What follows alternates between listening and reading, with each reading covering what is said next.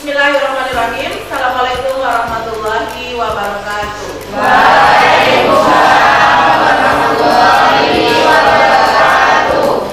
Baiklah, Ananda kelas 11 menuju 1. Kembali kita belajar pendidikan agama Islam bersama Ibu.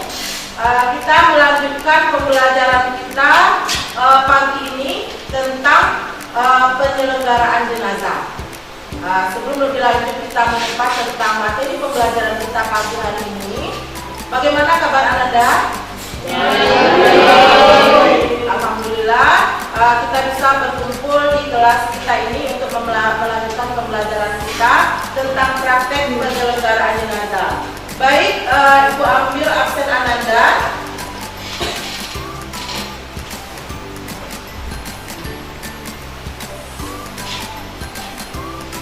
Aditya, Aidil, Alia, Amelia, Andika Rahman, Angga,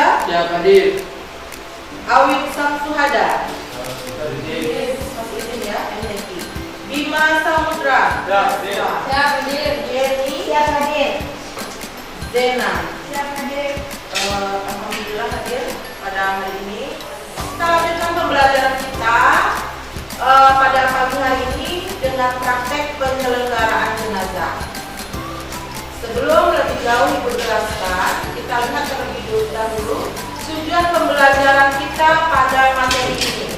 Yang pertama, untuk bisa kita mengidentifikasi ketentuan pelaksanaan memandikan dan mengkafani jenazah. Selanjutnya, yang kedua, nanti untuk menganalisis ketentuan pelaksanaan untuk menyolatkan, dan proses selanjutnya adalah menguburkan jenazah. Dan yang terakhir, mempraktekkan tata cara penyelenggaraan jenazah tersebut. Yang diawali dari bagaimana tata cara memandikan jenazah, bagaimana tata cara mengkafani jenazah, tata cara sholat jenazah, dan selanjutnya proses berikutnya untuk diantarkan untuk dikubur, proses penguburan jenazah.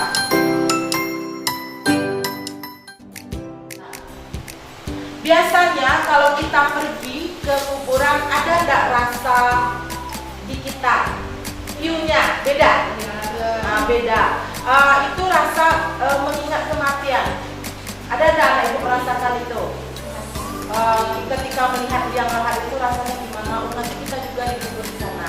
Nah, itu jadi iktibar bagi kita, penyadaran diri kita bahwa nanti kita tidak tahu ya kapan kita akan meninggal. Nanti kita juga akan sama dengan orang yang kita lihat, nanti akan dikuburkan di tempat penguburan seperti ini. Ya, biasanya itu jarang yang tidak ada efek terasa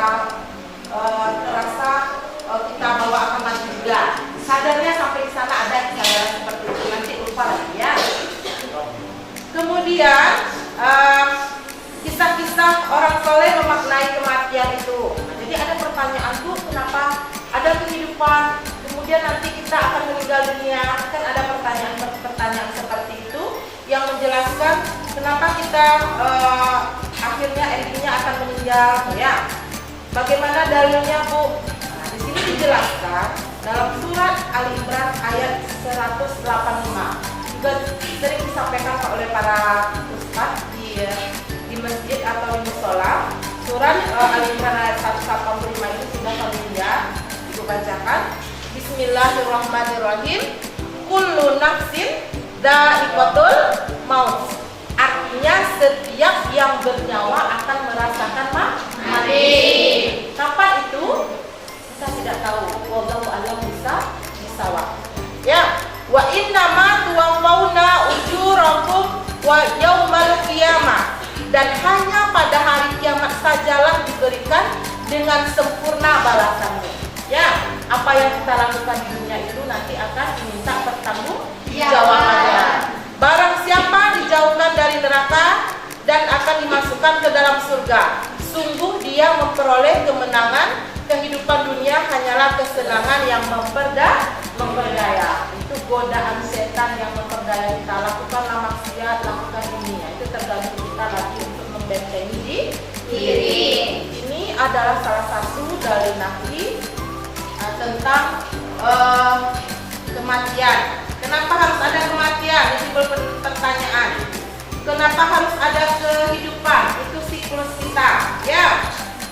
Apakah kita bisa menggunakan waktu yang ada selama kita di dunia dimanfaatkan untuk bisa berbuat baik sehingga kita mempunyai tabungan amalan untuk di kampung akhirat, kampung kita yang kekal nantinya.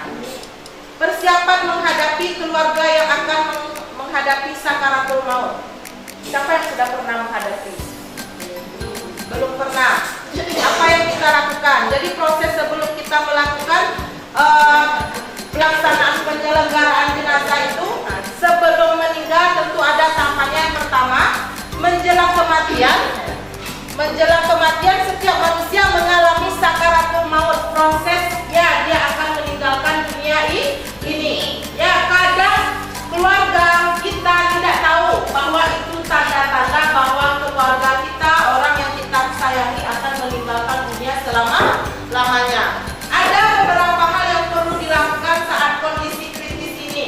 Ya, sudah tahu sekarang kita kondisi seperti itu. Kalau orang tua kita, keluarga kita sakit, jangan kita tinggalkan. Ya, baik kita sebagai keluarga, karib kerabat ataupun orang-orang terdekat.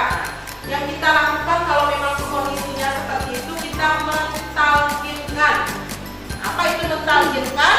Kita tuntun bacaan tauhid. Maka di saat orang-orang yang dalam keadaan yang kondisinya kritis, kan sering kita baca ayat Al-Quran, kemudian keluarganya beribadah di samping beliau, kemudian membacakan tauhid di telinga seseorang dengan suara yang jelas dan tegas. Tetapi jika sudah dalam keadaan sangat kritis, sudah agak payah, dia nampakkan sudah tarikan nafasnya mau pergi, itu Ananda, cukup dibimbing hanya dengan lafaz Allah saja, bukan dengannya. Ya, untuk menuntun dia untuk bisa tenang, ya, untuk bisa pergi. Kemudian langkah-langkah kita setelah itu mengatupkan atau memejamkan matanya. Jadi kalau sudah meninggal kan kadang masih dalam keadaan terbuka matanya, ya, kemudian ditutupkan ya dengan tangan kanan. Melenturkan persendiannya agar tidak menjadi kaku dan keras. Kemudian tangannya kita bantu dilipatkan. Kalau terlalu lama tidak bisa lagi nanti dilipatkan, ya Ananda. Kemudian menanggalkan pakaian dan perhiasan dan diganti dengan pakaian yang menutupi dan melindungi seluruh tubuhnya. Kalau sudah ada pakaian seperti itu nggak usah, biarkan saja. Jadi dibuka lah kalau perhiasan yang ada dulu setelah terjadinya, setelah meninggal dunia itu, ya. Kemudian menyegerakan, membetulkan letak anggota tubuh serta membujurkannya ke arah kiblat. Kalau dalam keadaan sakit di rumah sakit posisinya udah jelas. Mungkin kalau di rumah dalam keadaan duduk, mungkin dia langsung pusing, ya dibetulkan dulu, dibawa dia ke tempat dia di tempat peristirahatannya, di kasur kah atau di tempat apanya, sehingga layak dia diletakkan, kemudian diperbaiki tempat tidurnya. Dan tahap pengurusan jenazah. Tahap pengurusan jenazah ini untuk praktek kita Ananda. Kita belajar bagaimana tata cara teori pelaksanaan memandikan jenazah. Nah, setelah proses pendahuluan, proses kita menghadapi orang yang mau sakaratul maut, setelah meninggal kita akan melaksanakan kewajiban kita, ya, kepada orang yang meninggal dunia, yaitu proses memandikan jenazah. Nah, sebelum dimandikan tentu kita persiapkan peralatannya terlebih dahulu. Jadi apa-apa yang perlu kita siapkan? Yang pertama, ember. Nah, peralatannya yang kita siapkan, kita persiapkan tempatnya dulu. Tempat memandikan jenazah, tempatnya tempat yang tinggi, ya, jadi tidak susah kita memandikan. Kemudian dalam keadaan tertutup. Kalau memandikan tidak boleh disaksikan beramai-ramai, hanya keluarganya saja. Nah, yang perlu kita persiapkan untuk memandikan jenazah, yang pertama adalah sarung tangan. Kemudian tempat mandinya sebagaimana yang Ibu jelaskan, tempat dia diletakkan untuk dimandikan, kemudian tempatnya dalam keadaan tertutup. Kemudian air bersih. Di samping air bersih untuk memandikan juga ada air yang disediakan kapur barus atau yang mendidih darah untuk bilasan terakhir. Nah, kemudian kapas. Selanjutnya, tata cara memandikan jenazah akan dijelaskan di sini. Jenazah kita baringkan, kemudian proses memandikan jenazah, mulai dari proses kita bersihkan dulu. Jadi apa guna sarung tangan? Sarung tangan yang dipakai di kedua tangan, yang tangan kanan kita gunakan untuk membersihkan bagian muka, mulai dari membersihkan kotoran yang ada di mata, yang ada di hidung, kemudian menggosok gigi. Nah, kita bersihkan giginya, kita akan pakai sarung tangan Ananda, kemudian membersihkan telinganya. Nah, itu guna kita untuk proses selanjutnya. Kemudian nanti proses berikutnya kita membersihkan bagian bawah, ya, bagian bawah dari mayat ditekan, kemudian agar keluar kotorannya, kemudian kita bersihkan dengan tangan kiri kita, ya, sehingga benar-benar bersih. Baru kita masuk proses penyiraman jenazah. Sampai proses dikasih sabun, miringkan ke kanan, miringkan ke kiri, kita siram sampai bersih. Nah, setelah itu dikeringkan. Kemudian kita lanjut nanti ke proses mengkafani jenazah. Nah, sebelum di saat orang memandikan tersebut, nah, jadi untuk yang mengkafani ini, bagian pengkafanan itu sudah siap, ya, sudah siap dibentangkan. Yang pertama apa prosesnya? Sudah dirobek kain kafan. Ada orang yang bagian itu dirobek kain kafan. Nah, bagiannya berapa? Untuk yang di kepala, yang di dada, yang di pinggang, lutut, dan kaki. Kemudian dibentangkan lembar demi lembar. Kalau laki-laki berapa helai kain kafannya? 3. Ya. Yang perempuan 5 ya David ya. Yang pertama kalau untuk laki-laki, yang sebagai untuk menutup badannya bagian atas dari pinggang ke bawah, lembaran kedua itu apanya, ilustrasinya, dan lembar terakhir untuk menutup seluruh tubuh. Kalau perempuan lebih banyak, kenapa? Di samping untuk menutup seluruh tubuhnya, untuk yang bagian menutup kepala sebagai posisi sebagai jilbabnya, menutup badannya, dan menutup kaki, pinggang sampai kaki sebagai kain sarungnya. Nah, dan baru nanti untuk menutup seluruh tubuhnya. Di setiap lapis kain kafan itu diberi kapas, ya, dan diberi minyak wangi-wangian. Kadang mungkin ada orang yang sakit, nah, mungkin masih ada keluar aroma atau gimana, menghilangkan itu. Jadi itu urgensinya salah satu dipakai wangi-wangian, baik pada waktu mandi dan mengkafani jenazah.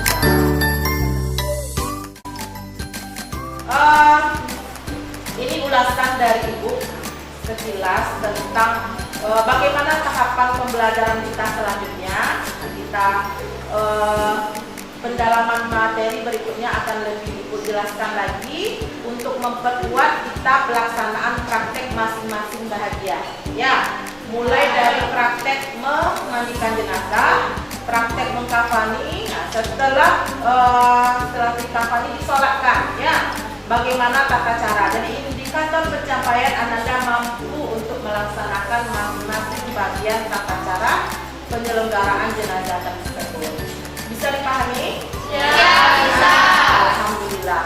Mungkin hanya itu penyampaian kita. Waktu kita sudah habis Ananda. Terima kasih kepada Ananda kelas 11 Poti 1 untuk pembelajaran kita hari ini.